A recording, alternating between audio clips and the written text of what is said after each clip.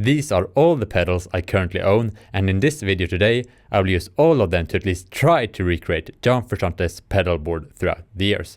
But first I'd like to step back and give an introduction, and if you're not interested in that, I have timestamps in the description. So as you can see that I have collected quite a lot of pedals over the years, and most of them are related to Frusciante's pedalboard, but I have never gotten a pedal only to recreate one specific sound effect from one specific song, but rather I have acquired the pedals that interest me and that I could see myself using in my own way over a longer period of time. And now I haven't bought pedals in quite some time, and I guess that is a sign that I'm starting to get satisfied with what I got so far. And when I look up pedals that John used, but that I don't have, it feels like I'm starting to reach a point of diminishing returns where getting those pedals do not add as much value compared to what it would cost me. So yeah, because of that I thought it would be a fun idea to put all the Frusciante related pedals that I have together in a pedalboard and see what it can do and what it can't do. And the rules here will be that I will not limit myself to any specific time era, but I will include any pedal that John used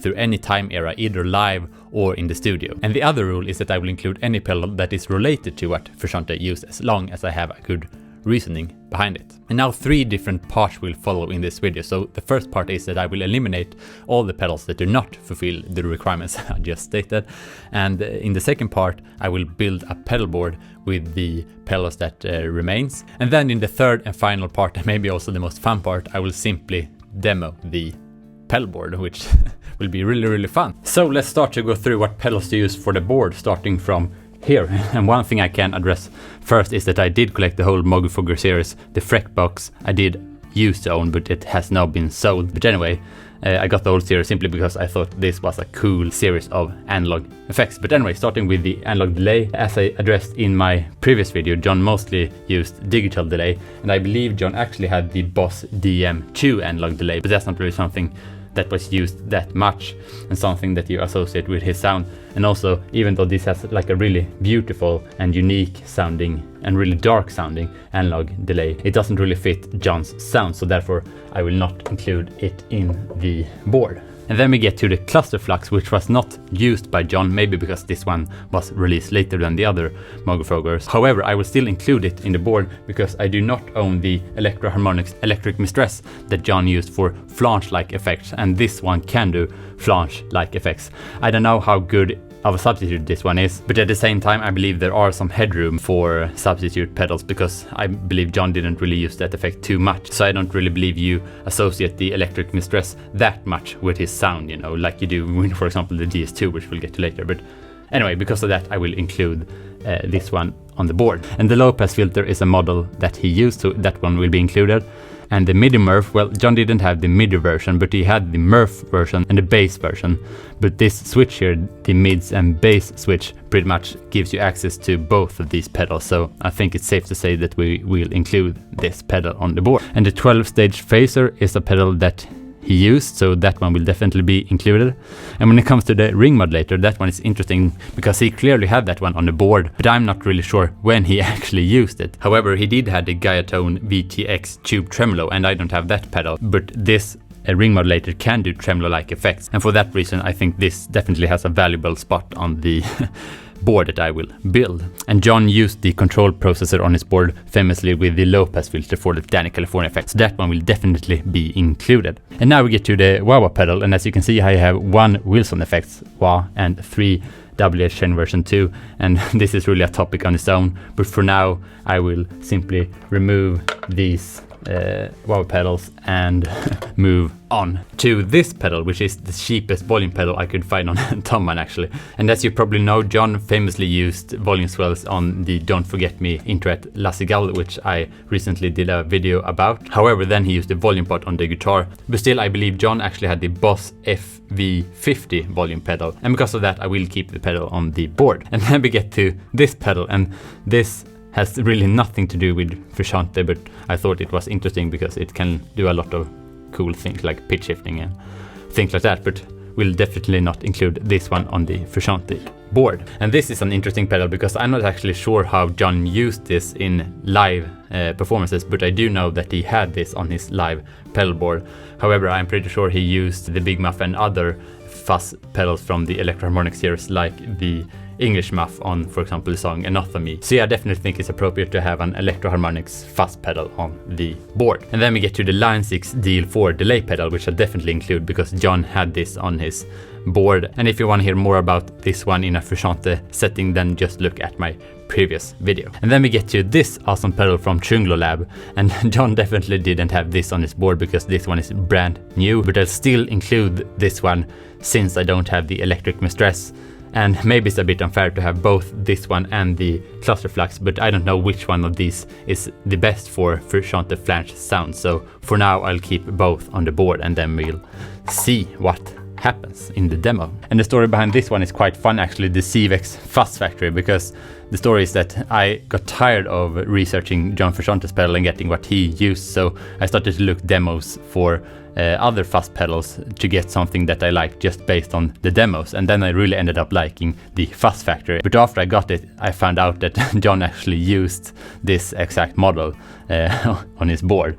So yeah, simply put, we'll definitely include this one on the board. And yeah, when it comes to this pedal from Chunglo Lab, well, I have a video on my channel called The Most Important John Frusciante Pedal or something like that, which features this pedal. So with that said, we'll definitely include that one on the board. And then we get to the Boss loop pedal, and I actually have the dual foot switch and the whole loop station. And I believe John used a looper from time to time in live performances, but I do not believe that he had a specific or dedicated looper pedal, but rather I believe he used the looper in the DL4. So because of that, I will not include this pedal on the board. And now we get to the DS2, and as you can see, it's clearly an important pedal because I have 3 of them, and the reason for that is that one broke and one kind of broke, and that in combination with the fact that this is a cheaper pedal, which is really useful, and that I wanted one at home and one for band practice, is the reason that I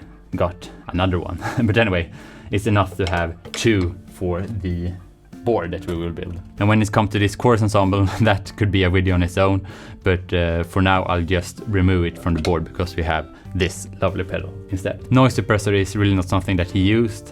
And when it comes to tuners, I have actually never seen John using a tuner pedal on his live board. So even though I really love having this pedal on my board, I'm not included in this board. And then we get to this digital delay that John didn't use, and you might think I will not include this one because I already have the DL4. However, as you probably know, apart from having the DL4 delay pedal, John also had the PDS pedal from Digitech, and at one time he actually even had 2 of those, so 3 delay pedals in total. And I don't know how well this pedal mimics the PDS Digitech delay pedal, but both of them are supposed to be digital delays, so I guess this potentially could be a good substitution. So because of that, I will keep this one on the board. And then we get to the freeze pedal, which is a really cool pedal that freezes your sound, but John really never used something like this on his board, so we'll not include this one. And now we get to a really interesting pedal because I had never actually seen John use this one live, but I believe this was a really crucial pedal in the studio in the 90s on the BSSM album, you know, in that mansion when they wrote that album. And I really believe this nails the tone for the Under the Bridge studio version. So we'll definitely keep this one on the board. And now we get to this phaser, and you might think we will not include this one because we already have this phaser, but I would say that this is the modern Frusciante phaser, while this is the more early days Frusciante phaser. So for that reason, I will keep this one in.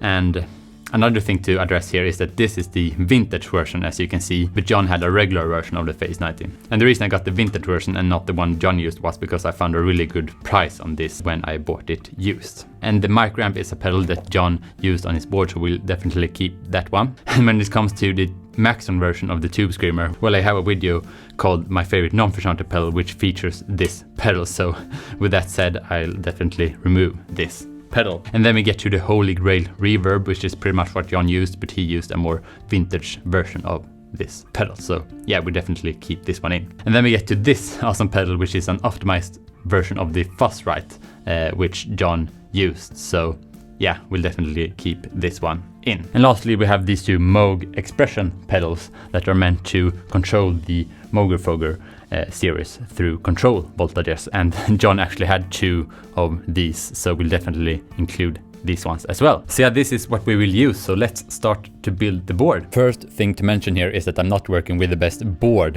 here, so the end result will not look too nice, and perhaps that's something I could work on in the future. And the second thing is that the pedals are placed in the order that they are connected, so it's easy to see how I have connected them. And I should mention that the Mogul lines are connected between the wah-wah pedal and the Boss digital delay pedal. And the actual order that I use is based on different images from Frusciante's pedalboard over the years, but mainly on Will Galluccio's and Oliver's analysis that is available on Will's YouTube channel, and I will link to that video in the description. I should also add that the order that my pedals are connected in this video is by no means 100% correct, but I believe it's good enough for the purpose of this video. And when it comes to the amps, the Plexi is hard pan to the right speaker and the Jubilee is hard pan to the left speaker, and also the Jubilee is the only amp that has the reverb pedal connected to it. I should also mention that since I demo so many different sounds all at once, the sound is by no means perfect, but hopefully it will be manageable to listen to. And finally, the goal is to use all the pedals that I have chosen now